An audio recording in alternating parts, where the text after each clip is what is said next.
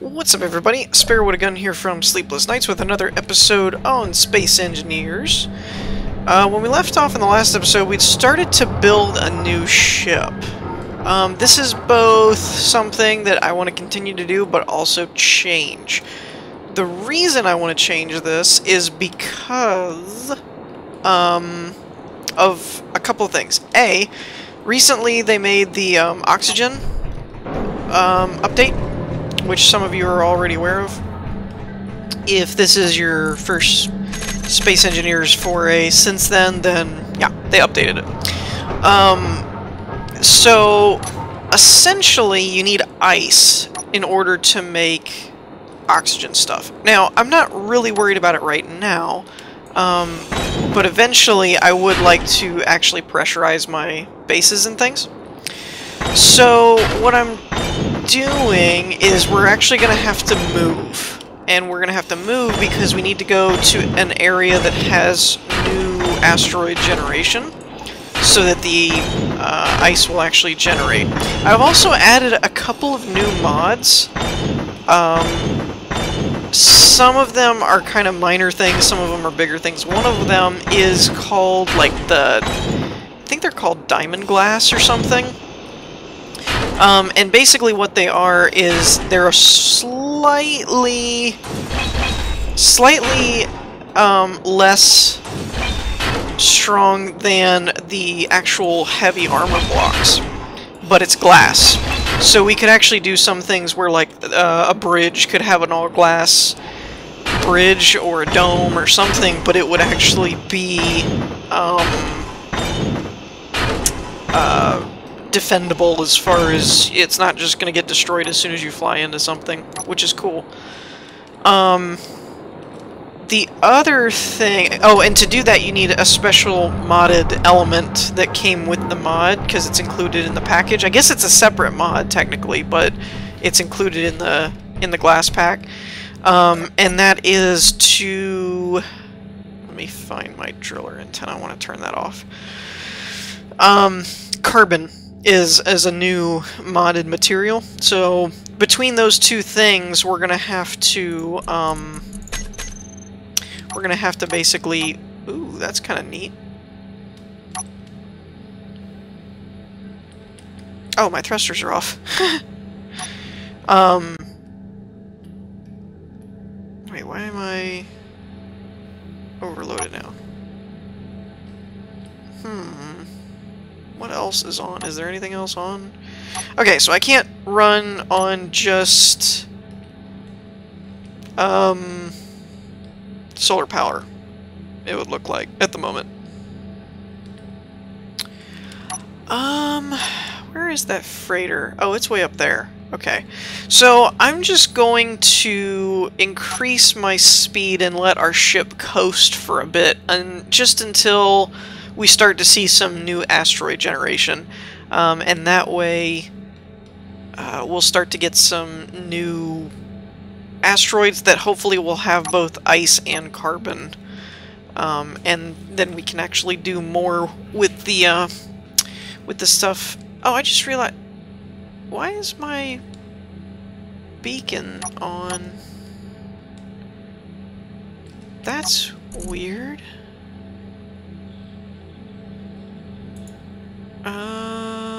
GN scanner, that's my... That's the...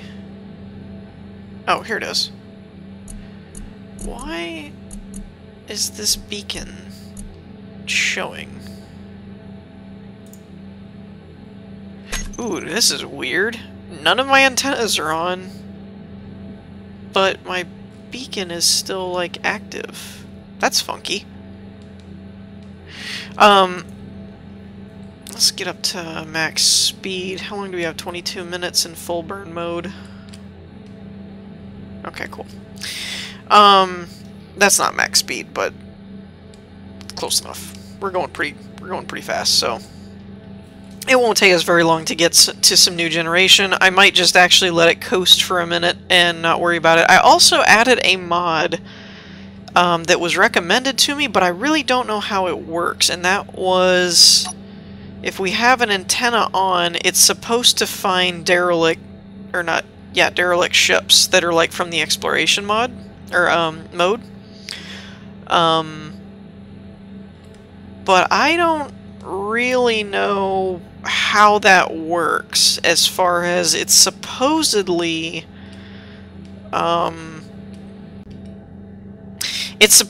like it takes your antenna range and then looks for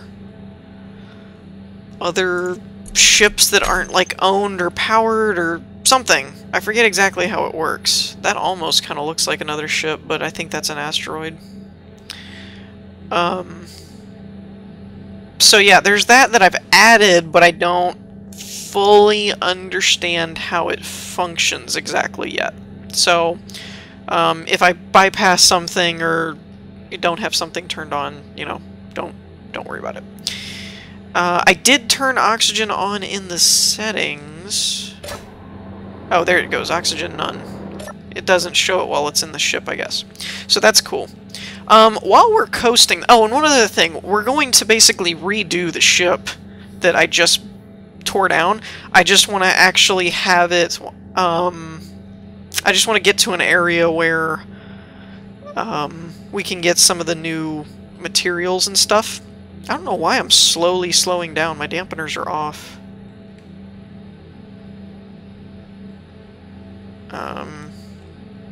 That's kind of odd. But, whatever. But,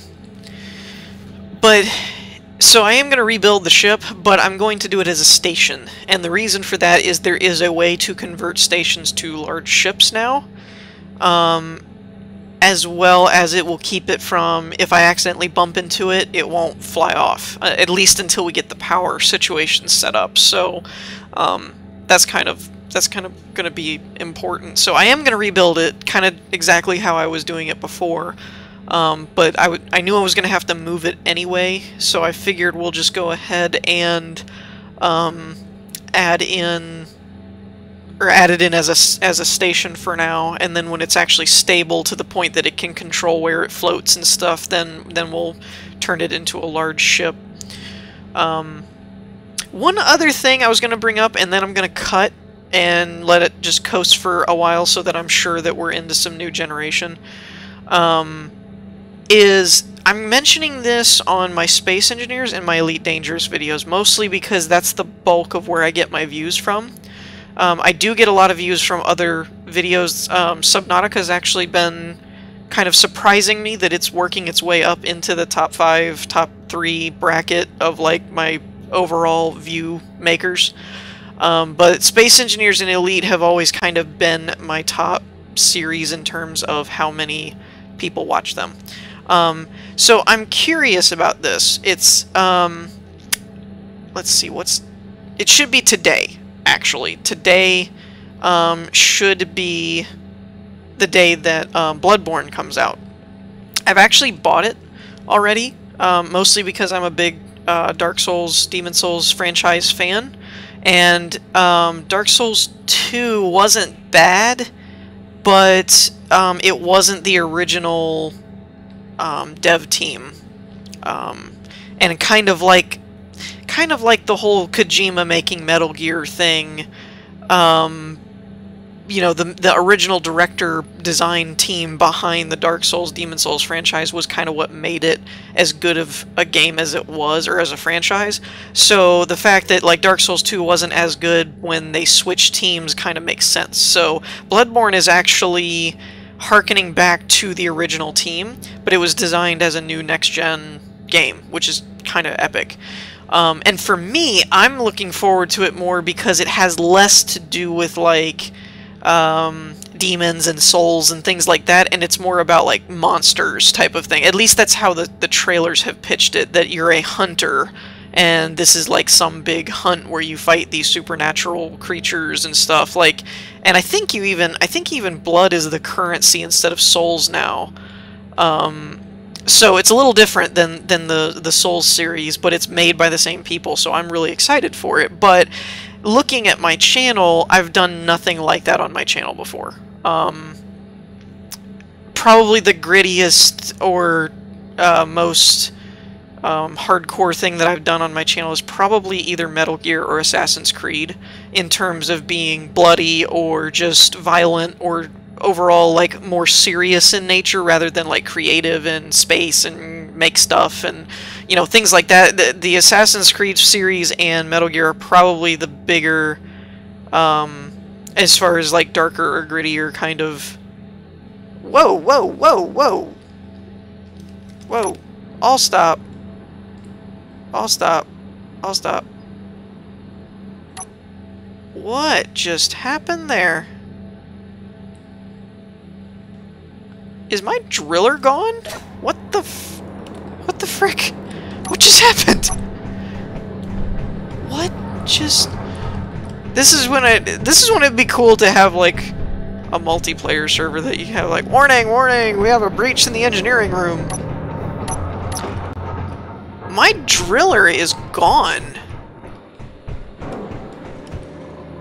What just... Was its thrusters on? Is that what was slowing me down? Was it was trying to slow the ship down and eventually the speed got too much and it ripped out of the connector? That is the only thing that makes sense to me right now. That's kind of amazing and terrible at the same time.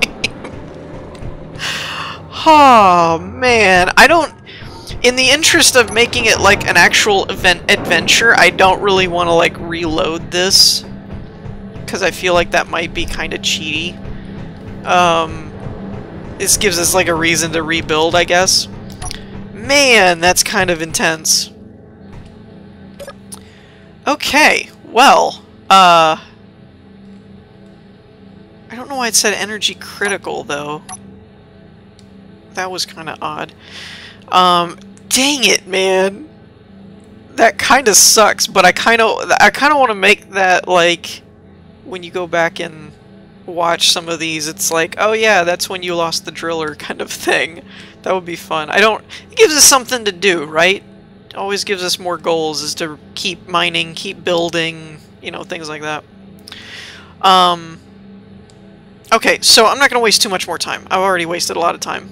The case in point is I'm putting this on my Elite Dangerous and my Space Engineers videos just because that's the bulk of my audience, is would you guys like to see a Let's Play on something like Bloodborne?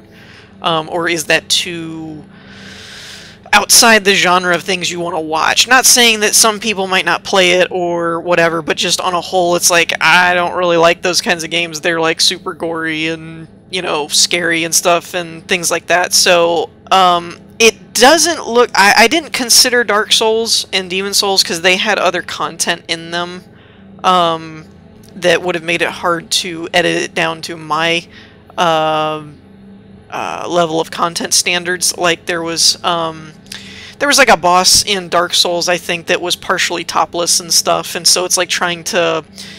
You know, I wouldn't feel comfortable without editing some of that, and in order to do it, it would have ended up making it very strange in terms of a video. So Dark Souls and Demon Souls didn't really count for me, but when I looked at the ESRB for Bloodborne, it says like blood and gore and violence. Like, that's it. It's just creepy, dark, and gory, which I'm okay with blood on my channel. I don't mind that too much. It's other things, language, sexuality, things like that I don't like supporting on my channel personally. But the gore part I don't really care about. It's just blood. But I'd like to know from you guys. I know that's drastically different from most anything else on my channel, and if nobody wants to see it, then I'm perfectly fine with just playing it myself as a actual gamer and not putting it up as a YouTuber. So just throwing that out there. Let me know what you think. I'm going to pause it, let it coast for a few more minutes, and then we'll stop and make some repairs. But you'll notice my speed's not going down, so it was totally the driller's fault. The driller was dragging my ship, and eventually the speed got too high and it ripped it out. That's kind of nuts. Alright, so I'll be back in a minute. Okay, so it would actually seem that we kind of lucked out here. I ended up parking next to this, asteroid right here. Let's see, are my solar panels all on? Yes, so let's turn the recharge on for now. And we'll turn our thrusters off. And we should be good to go for a while. And we got silicon, I always get that wrong, iron, cobalt, and platinum. Now, I'm not close enough to see whether or not there's ice in there or not, but we should be far enough out that it's at least in there somewhere. So, let's go check on our damage here. I was going to do part of this episode on kind of building more on the new ship, but quite frankly, I ended up talking too long about the Bloodborne idea, and that whole mining ship mishap kind of threw a wrench into things. So, yeah, I don't know if I'm gonna have time to work on that or not. I gotta fix this up. That was just so unexpected. Okay, the floor looks uneven to me. It's because it is. None of this looks like it got damaged to the point that needs, like, replacement or true repair, other than the door. The door obviously needs a companion. Actually, speaking of which, somebody mentioned to me that the buttons that we set up in the last episode, I think it was, may work now. They do. So apparently there's something with these doors that they usually need to be like log in, log back out, and then everything works the way it's supposed to. It's very strange. I'm gonna toggle that off for now. Oh wait, no, that's on. Never mind. I thought the other block was off. Why does it sound like the refineries are going? I just now realized that. What are you doing? Oh, it's because they're refining. Might be why. For now, I do think I'm going to turn them off. Same with the assemblers. Okay. The reason being that if we're charging, we kind of need more power to go to the batteries for now. How are our batteries looking? I love that we can see what we're doing. This is one of my most great ideas, and that's kind of sad but true. I love that they're like in the floor, and I can just check to see what their status is. Granted, if a certain individual would get his button gear and, you know, add the power script. Actually, I wonder if I can. I don't know. I don't know if I want. I want to basically build another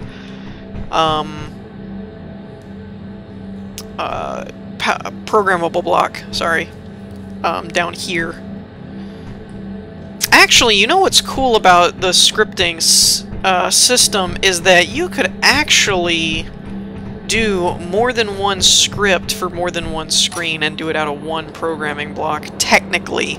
Eventually you'd run out of code, like you have a limit to how many characters you can do, but see how this is the void main? The main function is what runs everywhere, so you could have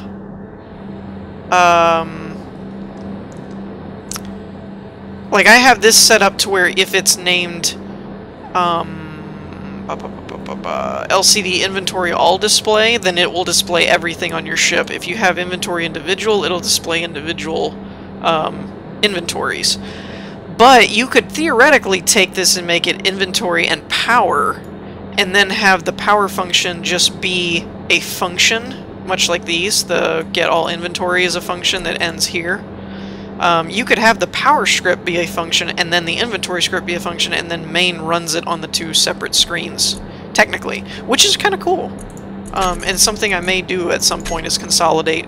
Once I'm like done, this is my inventory manager, this is my power grid manager, then I will more than likely end up doing something like that where it's all merged together. Let me go ahead and get started on the new ship. I should replace this door, but I'm not really worried about it right now. So let me go ahead and get this started, and then we can do some more talking about how this is gonna go. Okay, so I kind of have things set up about where they were before. But one thing that I actually want to do, but I don't know if it'll work, so we're gonna try it, is assuming these are all like conveyor blocks, right? That's the assumption I want to make here. I might actually need to go up one like this. Maybe. And what I'm thinking, this was actually an idea that I got from talking to some of you in the comments, was, where did they go? Rotors. Rotors now, if I remember correctly, have the ability to allow items to pass through them. I'm fairly certain. Can I get this? I didn't want to use all these parts on this thing yet. Eh. Whatever. Let's just go grab some. My theory here, though, is what I'd like to actually do is have the rotor set to the power usage for the reactor. This was an idea that I got from a conversation that I had in my comments on one of my other videos, which I thought would be kind of awesome. Oh, I forgot computers. I really just want to confirm whether or not these can pass items. I don't remember. I know pistons can. I thought rotors could now, too. If not, I might have to do a modded rotor, which I'm sure they have. Where are all my computers go? There they are. So actually this is a good idea to test, because I thought this would work with just vanilla blocks. But I might have to mod it.